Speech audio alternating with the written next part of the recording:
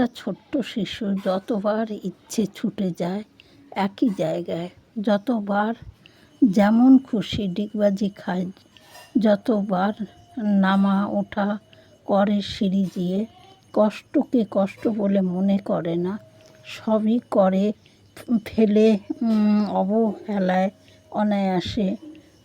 একজন বয়স্ক লোক 7 বার ভাবে, যেতে পারবো তো, করতে পারবো তো, বুকে এসে ত্রাস লাগে, কি করে সমাধান করব, এই না ভেবে ভেবে সময় করে ক্ষয়।